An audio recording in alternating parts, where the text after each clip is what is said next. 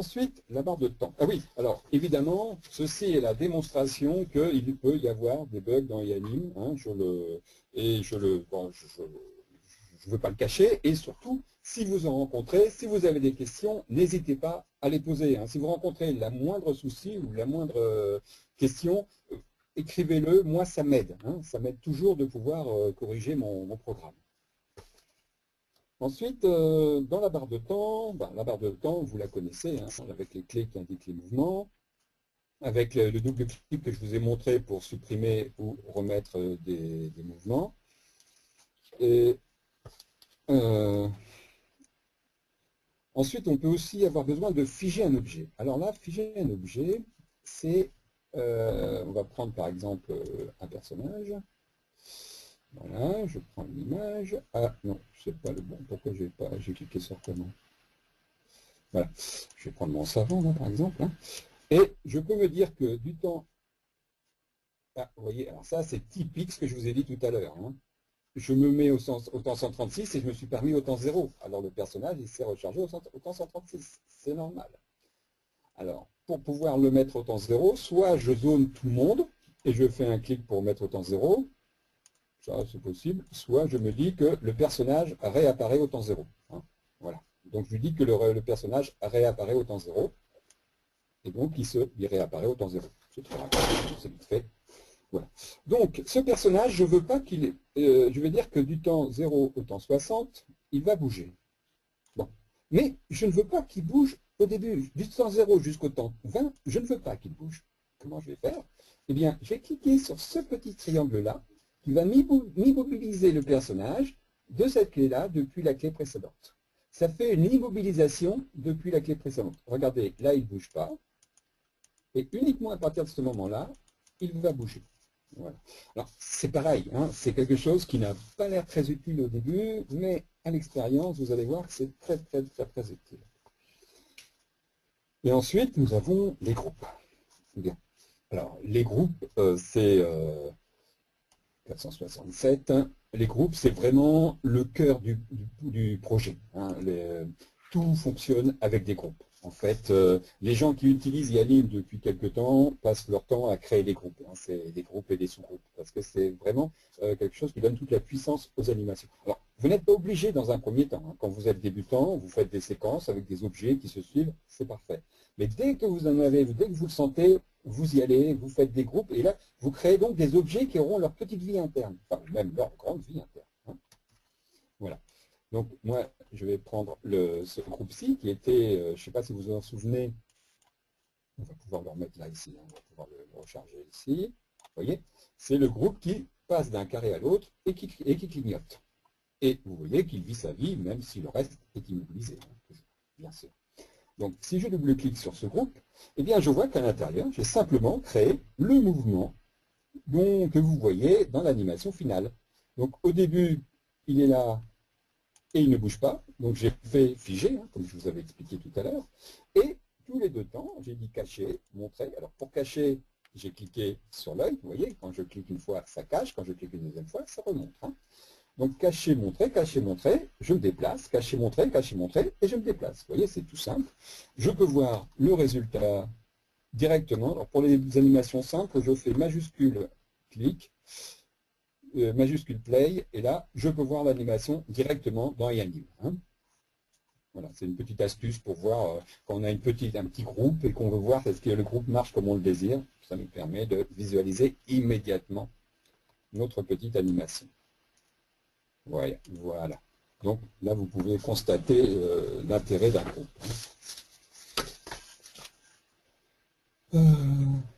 Alors bon, une fois qu'on a été dans le groupe, évidemment, on revient dans l'écran de base. Alors pareil, toujours bien penser à revenir à l'écran de base pour faire son travail, pour traiter son travail. Voilà.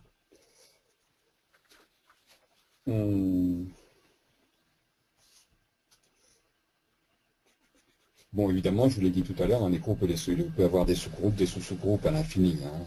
Ah oui, il faut savoir aussi que tout groupe, chaque groupe, aussi profond qu'ils sont, peut recevoir absolument les mêmes fonctions que l'écran de base, puisque l'écran de base est en fait un groupe comme les autres. Donc c'est réentrant. Hein. Mais bon, pour les débutants, on peut ne pas aller dans les groupes. Hein. Ça, je vous le rappelle. Autant s'habituer au mouvement, parce que c'est déjà pas toujours très simple. Hein. Donc, il faut s'habituer au mouvement, s'habituer au traitement. Et une fois qu'on connaît bien, on va dans les groupes. Ensuite, nous avons les outils. Bon, les outils dont je vous ai parlé tout à l'heure, hein, c'était par exemple le rollover. On va essayer de retrouver le rollover du rectangle là. Tac, il doit être par là. Voilà, il est là. Donc, le rollover, qu'est-ce que c'est? Alors, le rollover, en fait, quand je double-clique dessus, je l'édite, c'est-à-dire je peux le modifier. Éditer, ça veut dire pouvoir modifier. Hein. Donc, je l'édite, et ici, j'ai l'état normal et l'état survolé. C'est-à-dire que dans mon état survolé, je vois le texte qui va s'afficher avec le texte ou l'animation qui va s'afficher. Vous voyez, j'ai mon rectangle vert que vous voyez tout à l'heure, et si je déplace, vous voyez, mon rectangle vert se déplace. Donc, j'ai simplement créé dans mon groupe état survolé l'animation que vous avez vue tout à l'heure. C'est tout simple. Ça se crée exactement comme si j'avais créé l'animation dans l'écran principal. Voilà. Donc, tant que ma souris ne survole pas mon objet, je vois ceci. Hein, c'est-à-dire, je ne vois que ma loupe. Quand la souris survole, à ce moment-là, je vois arriver les traits et le petit message, comme voulu. Et évidemment, l'animation se joue. Dernier petit détail, par exemple, on pourrait très bien, CTRL Z, voilà, je le remets là, on pourrait très bien rendre à l'état normal, c'est-à-dire tant que la souris ne le survole pas, on pourrait très bien, par exemple, dire que ma loupe se voit à peine. Vous voyez, hop là. Vous voyez, la loupe se voit à peine là. Et je lance l'animation. Et on va voir que dans l'animation, quand j'arrive à cette étape-là, attendez, voilà, pof, pof, voilà, quand j'arrive à cette étape-là, je vais jouer là pour arriver là. Vous voyez, la loupe se voit à peine, mais quand je la survole, hop, elle se voit. Vous voyez, on peut jouer, donc on peut jouer sur beaucoup de choses hein, avec les rollovers. Et les rollovers se construisent très rapidement. Je vais prendre un exemple, hein, vous allez voir. Ici, je fais comme si je prenais un bouton et je vois que si j'appuie sur la touche contrôle en même temps, ça me crée mon rollover. D'accord. Dans un rollover, je vais créer tout d'abord, je vais rajouter ma loupe, voilà, tout simplement, j'ouvre ma loupe. Et je vais dans mon état survolé, vous voyez, la loupe est déjà mise. Et puis ici, je peux mettre ce que je veux comme information. Voilà, je peux mettre par exemple un carré, hein, c'est pas grave. Voilà. Et donc, ça y est, j'ai fait un rollover. Le rollover, après, je vais le faire disparaître au temps d'après. Hein. Là, on le voit, au temps d'après, il a disparu. Alors, vous voyez l'importance aussi l'importance de l'œil. Hein. Donc, je vous recommande le rollover parce que c'est vraiment un petit outil très, très facile à utiliser et aussi qui peut donc donner beaucoup d'informations aux utilisateurs. On va aller remonter, voilà. Je vais directement à mon temps. Et là, vous voyez, hop, vous voyez, c'est vite fait, c'est simple. Ensuite, je vais peut-être passer la parole un petit peu à Nadine. Non ah non, ah oui, je voulais aussi vous parler des gadgets d'abord. Et la liste des pièces, Philippe? Ah oui, la liste des pièces, bien sûr. La liste des pièces. Donc la liste des pièces, c'est ça, affichage, liste des objets. Oui, on dit objet ou pièce, hein, parce qu'en fait, j'avais commencé en disant toujours objet, mais comme je suis informaticien, objet, on l'utilise très très souvent en informatique, et je pense que pièce est plus précis pour moi. Mais de temps en temps, on retrouve le mot objet, enfin souvent on retrouve le mot objet parce que les gens étaient habitués à ce mot-là. Donc ici, en faisant la liste des pièces, vous voyez, il y a la totalité des pièces que l'on peut voir. Alors, quand la pièce n'est pas visible, évidemment, il dit qu'elle sera visible et qu'elle était visible en 136. Quand le numéro est avant, ça veut dire qu'il faut aller en 136 si on veut voir la pièce. Vous voyez, 136, effectivement, la pièce est visible. Celle-là, elle dit non visible, 137. Donc, celle-là va apparaître que le nombre est après, ça veut dire qu'elle va apparaître après. Alors, vous constatez aussi que toutes les pièces sont nommées. Ça, je recommande toujours d'essayer de nommer ces pièces parce qu'il est beaucoup plus facile après de s'y retrouver quand on veut venir chercher quelque chose, bien évidemment. comment nommer une pièce? Eh bien, on clique sur son nom ici pour ouvrir le cadre. Et ici, si je fais Op 2 par exemple, je rajoute le 2 s'ajoute, voilà. Et elle s'appelle Op 2. Hein. Voyez. Donc, renommer toujours, c'est très important de nommer ces pièces. Je pense que Nadine, tu ne me contrediras pas. Ah non, ça, absolument Non. pas. Ouais. Là-dessus, non. Ensuite, alors, les gadgets. Alors, une fois qu'on a vu ça, on va voir un peu ce que nous proposent les utilisateurs, hein, ce qu'on appelait justement les gadgets. Alors, je reviens là-dessus. Non, je vais en prendre un vierge plutôt. Voilà. Ah oui, ça c'était le test du son, puisque il y a une question qui disait que est-ce qu'on pouvait ne pas télécharger le son, avoir le son en local? Oui, on peut mettre le son en local, il suffit de mettre le son dans le même dossier, hein, et puis vous pouvez l'entendre. Vous mettez le son dans le même dossier, vous indiquez simplement le nom du son, et il va se jouer naturellement. Alors, on va revenir avec les gadgets. Pour ouvrir les gadgets, pour trouver les gadgets, on a ce qu'on appelle le lutin. Alors, le lutin va nous proposer les sprites. Alors, les sprites, c'est des gadgets, c'est des petits gadgets, hein, c'est des vieux gadgets. Il y a les sprites et les gadgets. Alors, on va prendre par exemple un gadget de Gérard. Non, on va plutôt prendre un gadget de Nadine. Nadine, je vais te prendre l'horloge. Voilà. Donc ça, c'est Nadine qui a créé ce gadget. Je l'ai mis en 2 fois. Hop, là j'en enlève un. Voilà. Et vous constatez que quand vous cliquez sur l'objet, il y a une nouvelle barre qui arrive. Et dans cette barre, ah bah oui, je ne peux pas l'agrandir comme ça, c'est pas grave. Dans cette barre, il y a des boutons. Et chaque bouton va me permettre de changer, de modifier un élément. Par exemple, je clique sur déco et Nadine nous a préparé d'autres décorations. Et quand je sélectionne la décoration, vous voyez qu'elle vient se mettre automatiquement. Donc, Nadine nous a créé une montre qui est totalement personnalisable avec des composants qu'elle a elle-même créés. Elle pourrait aussi vous proposer d'aller chercher vos propres composants. Ça marche tout aussi bien. Donc on peut changer le fond, vous voyez, on peut changer la couleur du fond, on peut changer le bijou qui est au-dessus, etc., etc. Voilà, donc c'est ce qu'on appelle un gadget, c'est-à-dire que c'est un groupe qui est totalement personnalisable. Mais les gadgets peuvent aller beaucoup plus loin, on peut faire, bon, c'est déjà un beau gadget, un avis, ça c'est sûr, mais on peut aussi, il y a Gérard qui a plutôt tendance à nous faire des gadgets plus orientés jeu ou tutoriel. Hein. Donc on va prendre par exemple le gadget de Gérard qui est... Il y a 60, hein. Comment? Il y a 60. Je suis au temps 60, pas grave. D'accord. Mais c'est bien que tu me le précises. Je dis c'est pas grave, mais c'est bien de me le préciser. Je prends le QCM. Voilà. Donc, le QCM se charge, je suis au temps 60, alors pareil comme tout à l'heure, je dis qu'en fait je veux qu'il se voit directement depuis le temps 0, et ici je dis que je supprime le composant, hein, je n'ai pas besoin de le répéter, hein, et je supprime le déplacement, voilà. Donc, je vais prendre mon gadget, je vais plutôt lui dire, alors, vous voyez comme il est mal mis là dans mon animation, Gérard m'a préparé un petit bouton qui s'appelle adapter. Et quand je fais adapter, eh bien, mon animation se met juste à la bonne position par rapport à son gadget. Ensuite, c'est le gadget dont je vous avais parlé tout à l'heure, hein, c'est le QCM. Alors, donc c'est un QCM, la première chose que l'on peut faire, c'est rajouter des choix. Hein. Par exemple, si je mets 3 choix, hein, hop là, d'accord. Et si je valide, hop là, vous voyez, 3 choix s'affichent.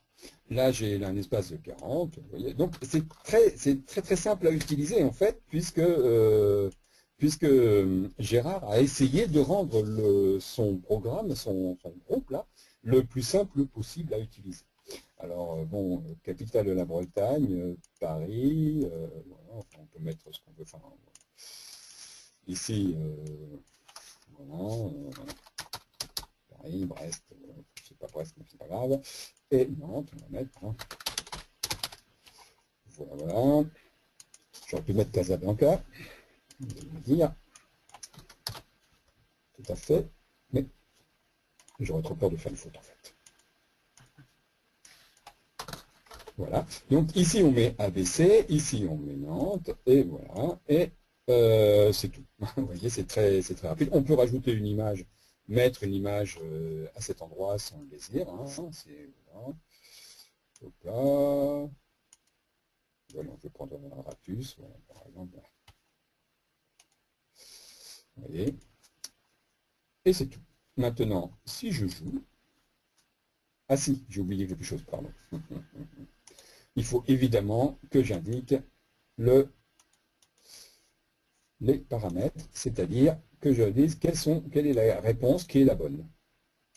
Hein, je vais dire que c'est Nantes. Voilà, ok, ok. Voilà. Alors pareil, hein, ce n'est pas utile que vous appreniez ça. Hein, c'est ça, c'est pour vous montrer comment ça peut marcher. Voilà, et quand je valide, il me dit que c'est faux. Hein, évidemment, puisque c'était C. Bon, on va le lancer, on va le faire juste, hein, comme ça, on verra bien que C fonctionne. Valider, c'est vrai, vous voyez. Donc, dernière chose, et qui n'est pas la moindre, c'est que Gérard, quand Gérard prépare quelque chose, comme quand Nadine prépare quelque chose, vous avez droit à une aide vidéo qui va vous permettre de mieux comprendre que ce que je vous ai expliqué tout de suite. Voilà. Donc c'est ça l'esprit, le nouvel esprit de e-anime, l'esprit vers lequel on souhaite aller. Alors ça, ce n'est pas à vous de le faire, hein, je vous le rappelle, ça ce n'est pas fait pour vous, ça c'est fait pour nous. C'est-à-dire que si vous avez des questions, si vous avez des idées d'outils, hein, si vous vous dites, ben, moi j'aimerais bien un QCM qui fasse ceci, cela ou cela, vous nous le dites et nous, on va essayer de construire l'outil qui va vous permettre de faire vos QCM facilement. Voilà. À toi Nadine. Mais tu parles pas de livre? Comment? Tu parles pas de livre? Ben non, après. D'accord. Donc moi je vais revenir sur le site. Est-ce que je peux avoir l'écran?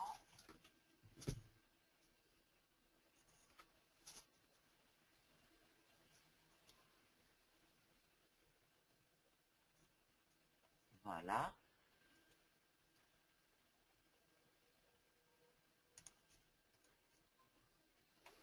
C'était ici. Je vais revenir sur les menus. Alors les menus. On a vu qu'ici on avait les premiers pas, c'est-à-dire on explicite toutes les fonctionnalités du logiciel avec des encres pour aller directement là où on veut. Ça, c'est indispensable au départ.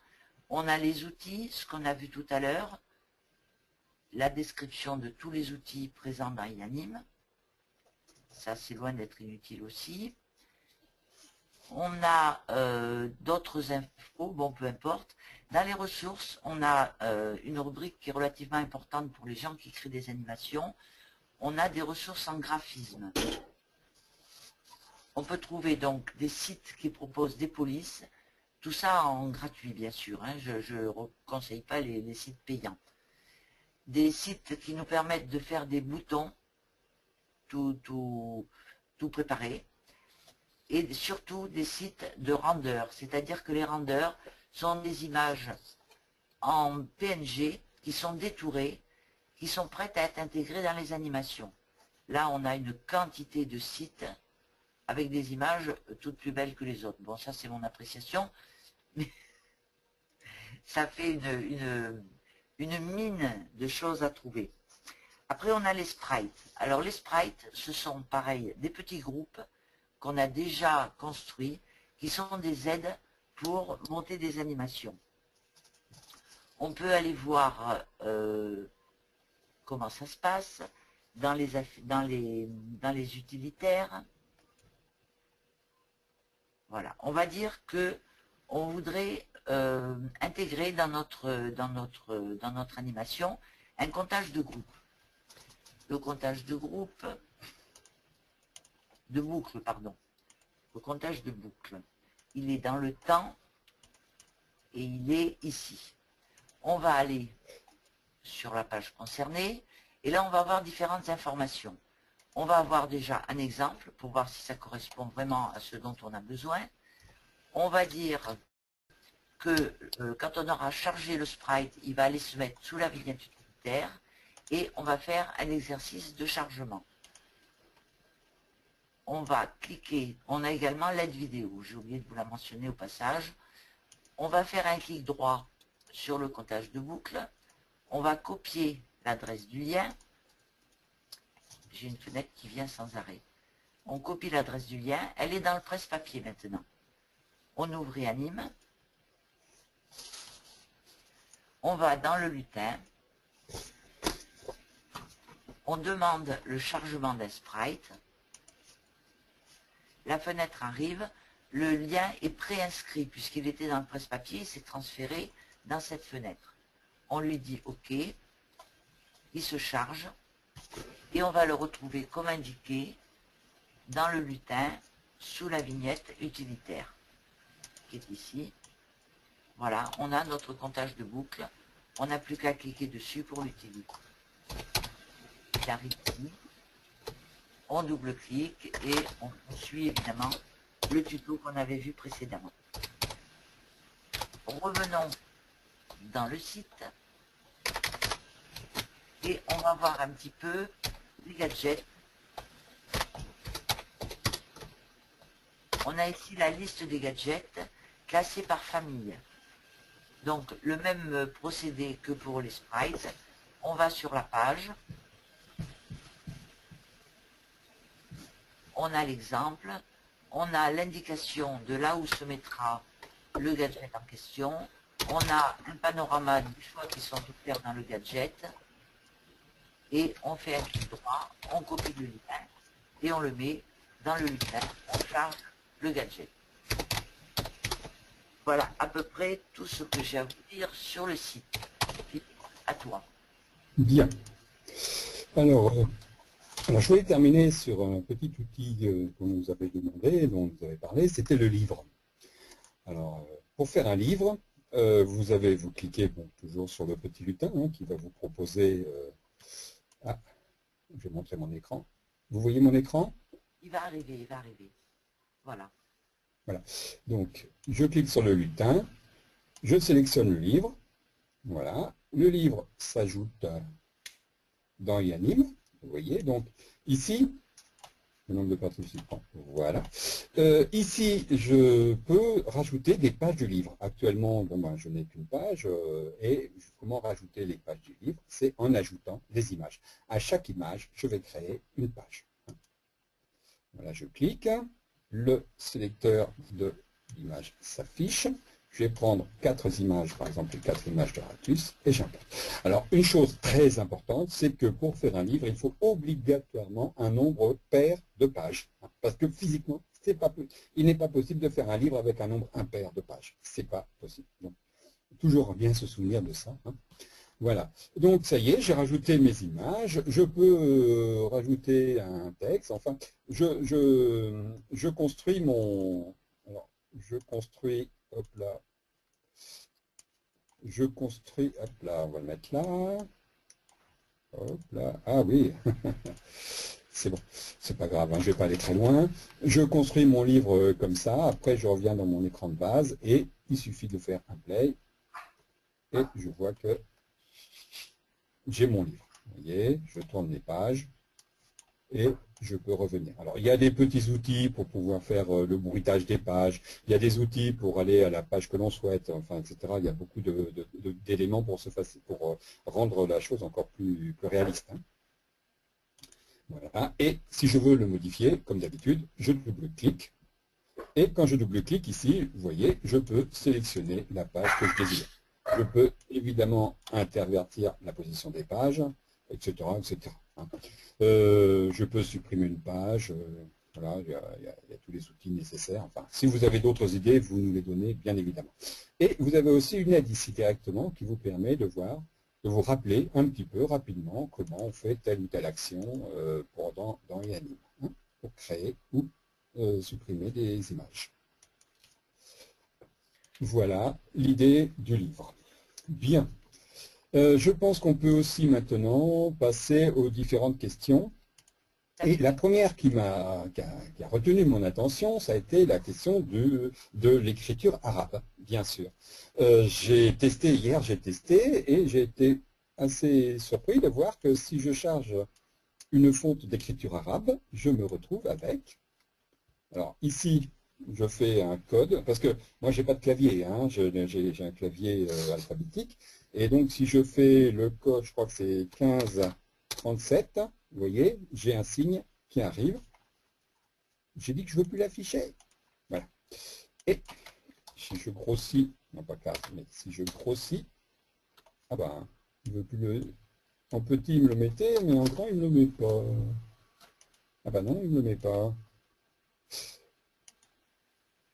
C'est un problème, parce que hier, quand j'ai fait l'essai, 1538, 1539, il me mettait... Bon, ben, je me suis trop avancé, hein. Tout à l'heure, je l'ai cru le voir. Est-ce que c'est le bon code? Je crois, ouais. Oui, c'est 1536 le code, normalement. Le code du début des signes. Bon, je ne sais pas pourquoi il ne me l'a pas... Parce que j'ai fait le test hier. Bon, en tout cas, c'est quelque chose sur lequel donc je me penche, hein. Ça, c'est vraiment dans mon objectif, très dans le plus proche, c'est d'arriver à faire des caractères arabes. Pour l'instant. Ok, monsieur Philippe, quand vous trouvez la solution, vous pouvez la partager avec nous, si vous voulez, Bien bien sûr. sûr. D'accord. Évidemment, puisqu'en fait, ça sera fait avant tout pour vous, hein, et aussi pour toute la communauté. Merci. Ensuite, donc, pour l'instant, c'est un peu, comment dirais-je, ça va être un peu difficile et un peu pénible, mais il est possible, en appuyant sur la touche CTRL et majuscule en même temps, non, pas la touche texte, mais la touche image, en appuyant donc, j'ai appuyé sur CTRL majuscule, et là, je peux sélectionner une portion d'écran, et donc, par exemple, vous aurez écrit votre texte dans cette portion d'écran, et vous faites zoner, et la partie du texte, vous voyez, vient s'afficher, vient automatiquement s'ajouter à l'intérieur de Yanim. Voilà. Bon. Ce n'est pas une solution qui est totalement correcte, mais c'est une solution que je peux vous proposer pour l'instant.